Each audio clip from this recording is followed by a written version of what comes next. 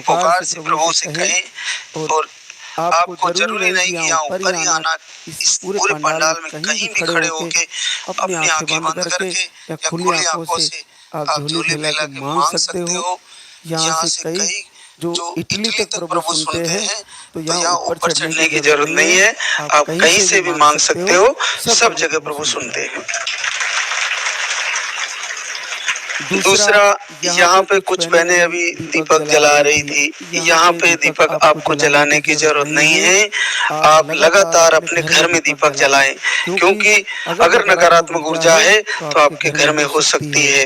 तो आप जितना ज्यादा दीपक जला के उसके टच में रहोगी, उतना ही आपके लिए फायदेमंद है। यहाँ तो वैसे ही अखंड दीपक जल रहा है और ये दिव्य जोत चल रही है, तो आपको यहाँ पे दीपक जलाने की टेंशन नहीं लेनी है। आपको लगातार घर पे सुबह शाम दीपक जलाना है और लास्ट के दिनों में अखंड दीपक जलाना है, और संकल्प करना है बार बार कि हे प्रभु, मैंने तेरी इतने महीने से आरती की है, पूजा की है, हृदय से प्रार्थना करी है। अगर ये सत्य है और मैंने पूरे हृदय से तेरा गुणगान किया है और तुझसे मांग करी है प्रभु, तो मेरी पूजा को, मेरी आरती को, मेरी वंदना को स्वीकार करिए और मेरे संकल्प को पूरा कर दीजिए। इस महीने मेरा पॉजिटिव रिजल्ट आया है। ऐसा संकल्प करते हुए आप मांग के तो देखिए, पलक झपकते कुछ ही समय बाद आपका रिजल्ट आने वाला है।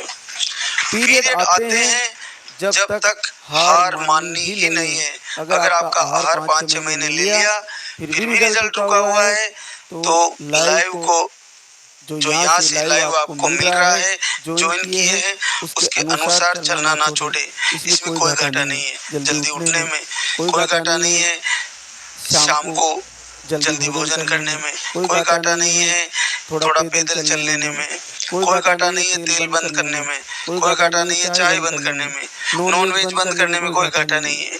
तो आपको वो सारी चीजें बदल देनी है। अपने गुरुजनों को, माता पिता को प्रणाम करने में आपका कोई घाटा नहीं है। उससे क्या होता है, किसी की बदुआएं लगी हुई होती है तो माता पिता को सेवा करने से और उनकी वंदना करने से मिट जाती है।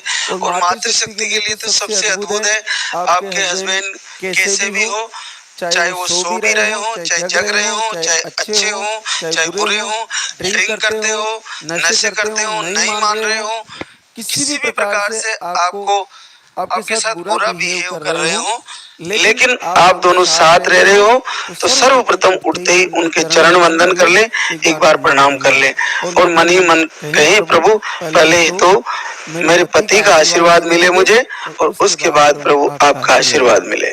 ऐसा भाव होना चाहिए, क्योंकि पति के चरण